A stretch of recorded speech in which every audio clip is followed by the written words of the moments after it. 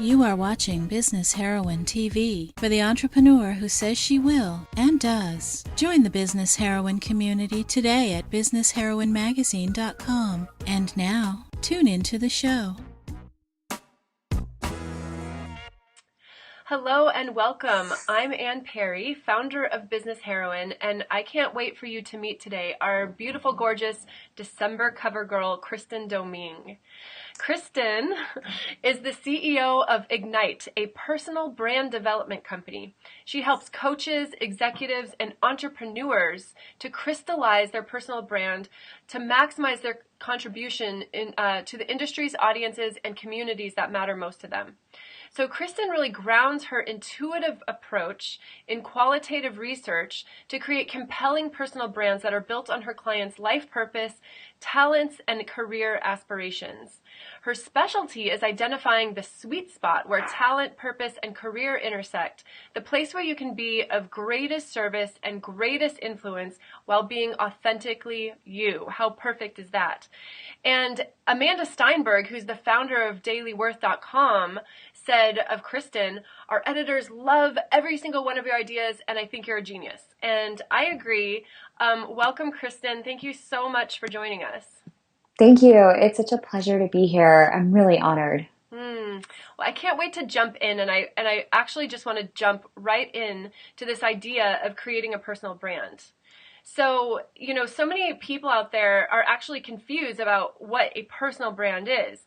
So, what is the difference between a personal brand versus a media brand, and why is it so important for us as entrepreneurs in this new age of entrepreneurship to develop a personal brand?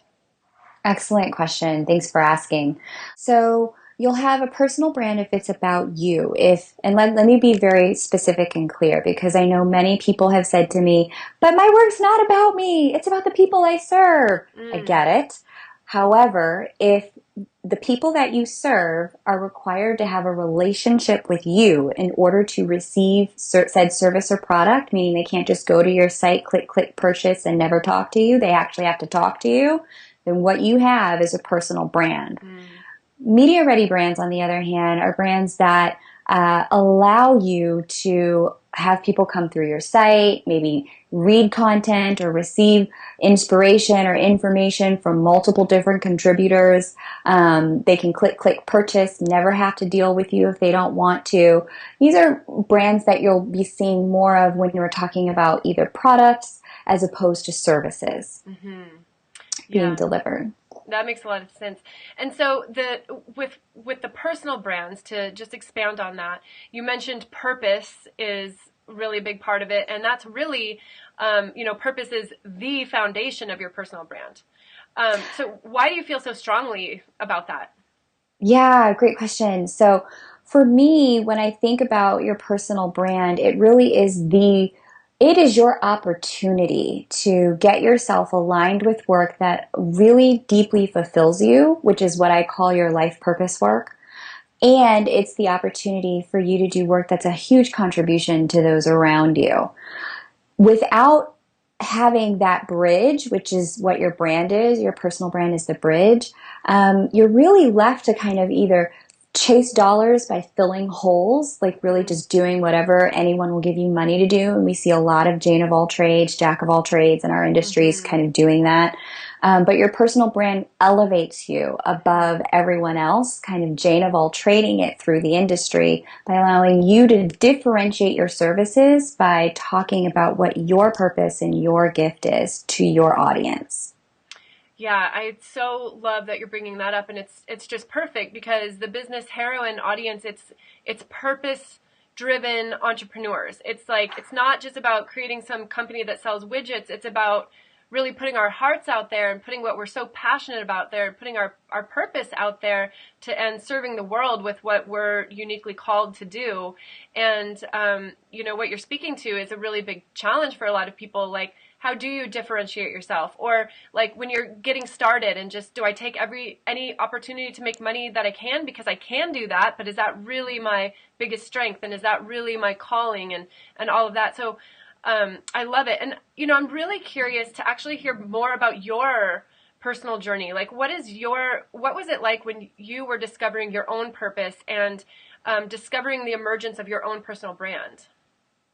Great question. So when I really started to dig into this work about 2 or 3 years ago, what became clear to me was that there was a through line in my life, that there was a series of events that were consistently revealing the exact same thing to me. Whether it was a negative event, I was kind of like, ew, I wish I hadn't experienced that, or a really positive event. So, for example, I recall at like age 4 or 5, I was at a daycare, and at that daycare there was a little girl whose parents had taught her racism, and she'd come behind me and she would say, "Ew, something stinks in here. Don't play with that toy. That nigger was touching it. You don't want anyone to touch it." And it was, for a 4 or 5-year-old, I didn't quite comprehend what was going on, but I knew that all of a sudden I was being ostracized for something I couldn't help,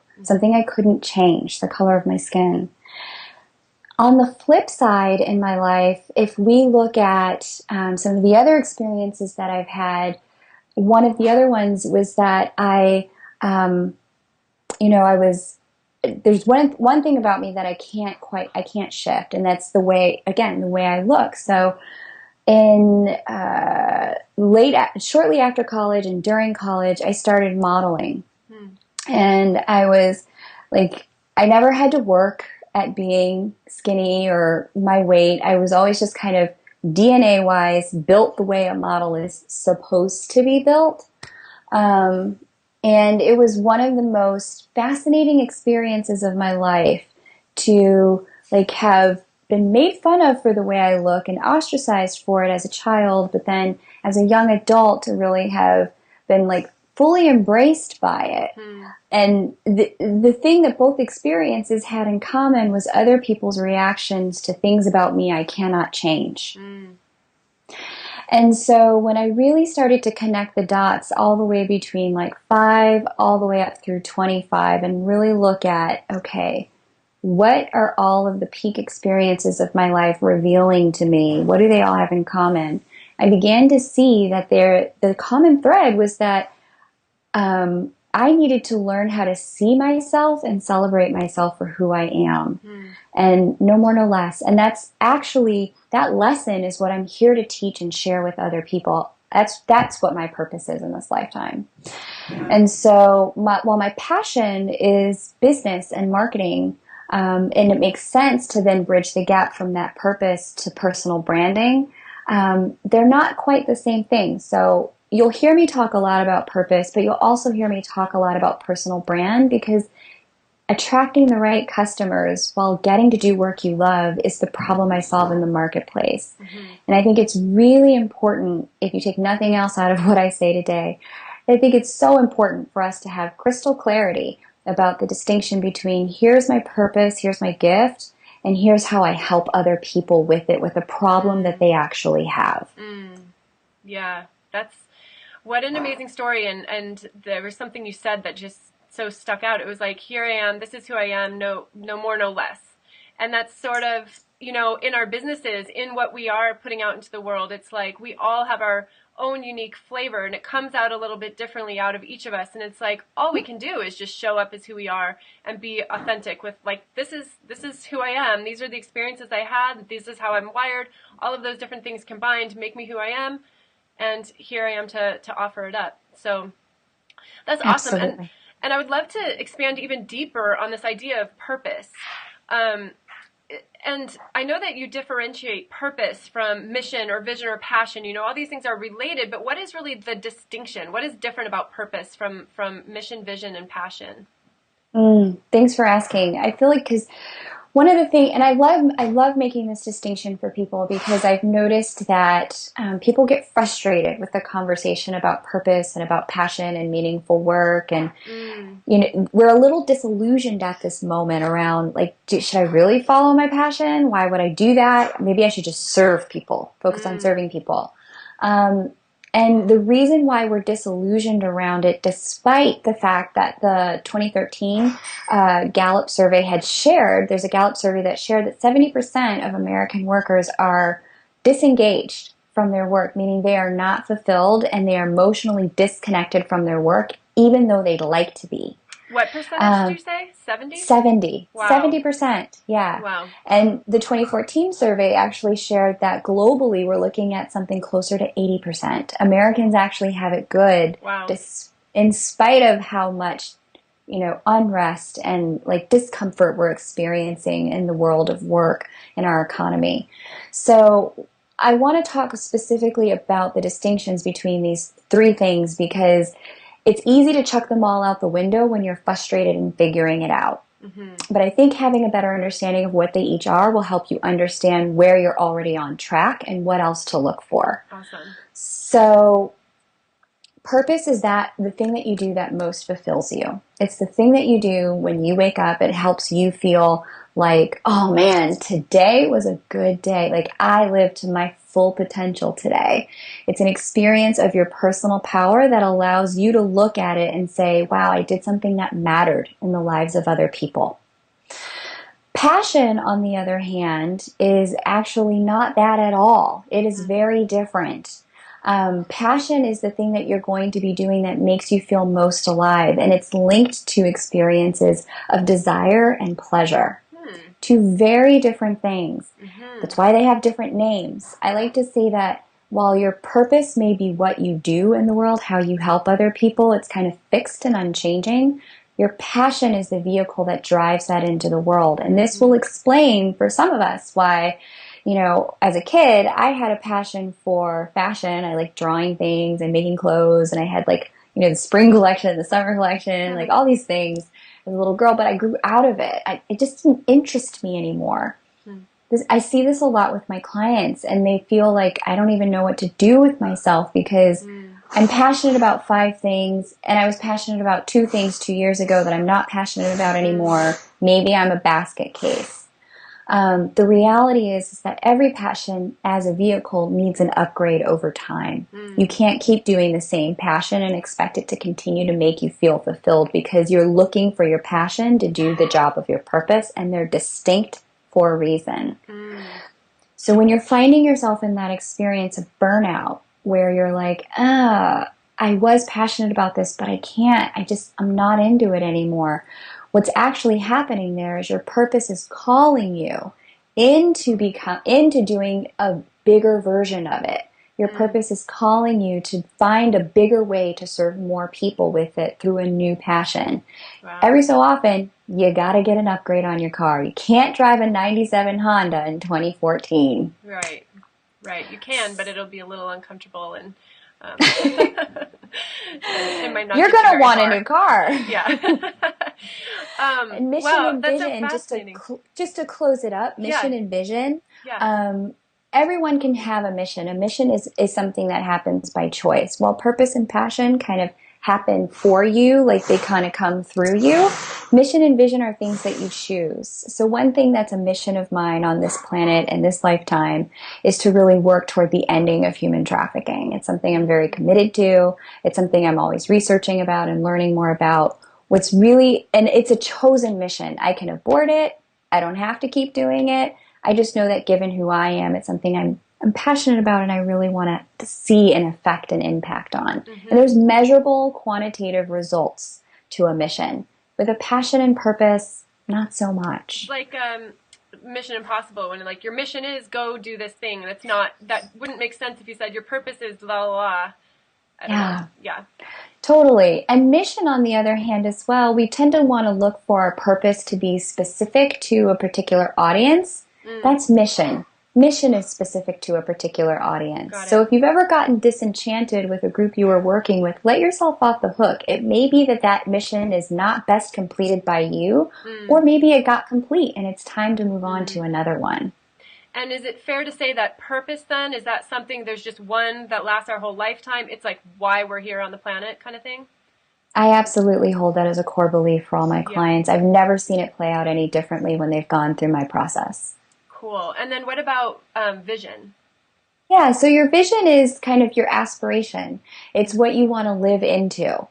And so oftentimes I see people take their vision for their brand or for themselves and they make that their brand as opposed to making their brand where they're at and who they already are. Big mistake. Don't do that. Like, if you have aspirations for who you want to be, continue to work on that in your life. But if the reality is you're the type of person that values like, punctuality and structure and being on time and accountability, you're probably not going to be the person who has a brand based on freedom and like free time and like, all like those two things might actually be opposed unless you can really figure out a way through your purpose and your passion to make them come together. But you really want to take your brand and base it on who you are rather than your vision. And your vision is what should always guide you in terms of where you're going in your brand.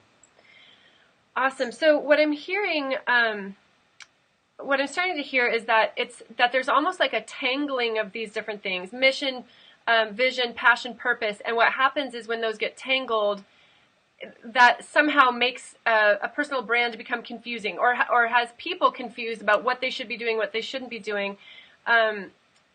Say more about that. Like, what is the importance of detangling these things and being clear about the distinctions for yourself and for your own business?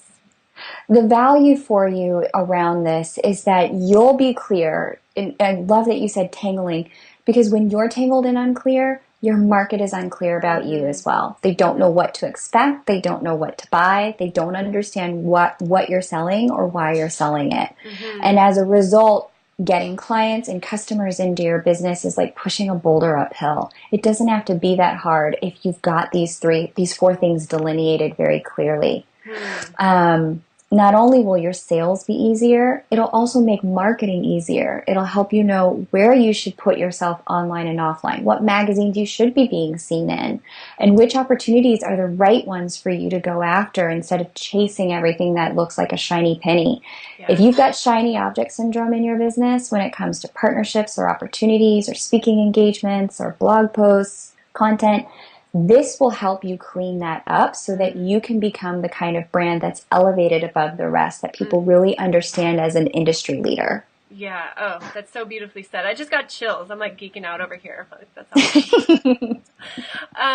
And dare I say, makes the whole process more enjoyable as well when you're like in line with those things. That's great. Absolutely. So one of the things at Business Heroine we love to do is to offer our community practical tools so that they can really, bridge that gap between their purpose and the work that they do in their business, so they can just live a fully aligned, authentic life and be serving the world in a positive way, doing what they love to do. And so how can the business heroines use their purpose and their passion to make their brands stand out and to be seen more easily?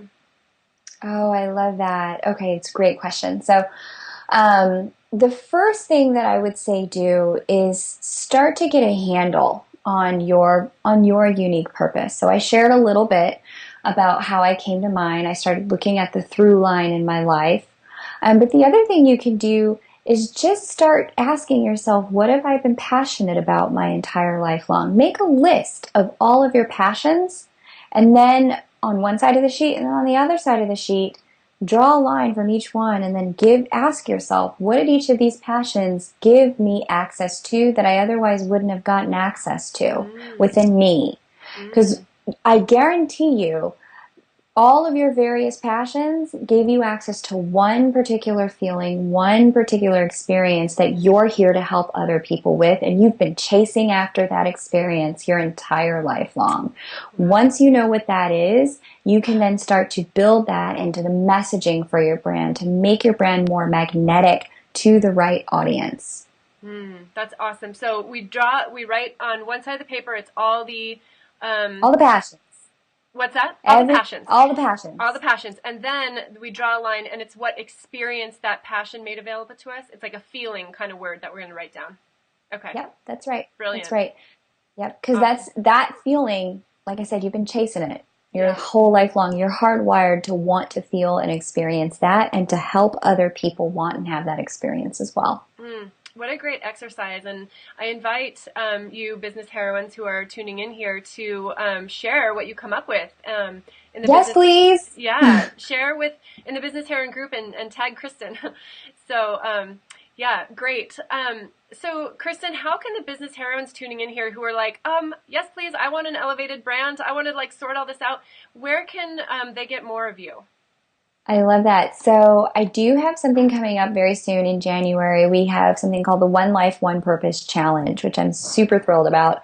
It's a 14-day challenge that will help you clarify your purpose in your life through a daily prompt and exercise delivered to your inbox that you can do with friends and family. In fact, I highly recommend you do it with friends and family because your purpose will be mirrored in the community that you're a part of. It's easier to find it with others than it is to find on your own.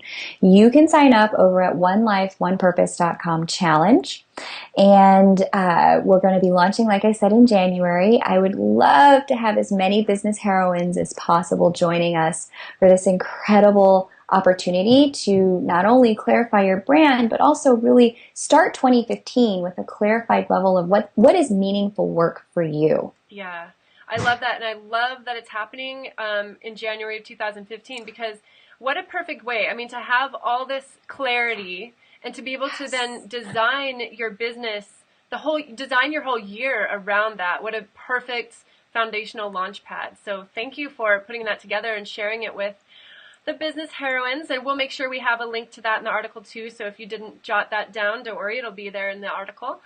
Any last words of advice or wisdom or inspiration to send off the business heroines into December and 2015? Well, you know what? One of the things that, and I've noticed this, and I'll say it because I feel like no one's talking about it. 2014 was a year of realignment for many people. I know for sure it was a year of realignment for me. And I know from talking to many, many of my entrepreneurial colleagues, it was a very different year for them in terms of purchases made, clients that came in. Many people did not quite see the numbers that they wanted to see, or they didn't have the experience that they wanted to have. They had it and it just didn't quite live up to what they thought it would be.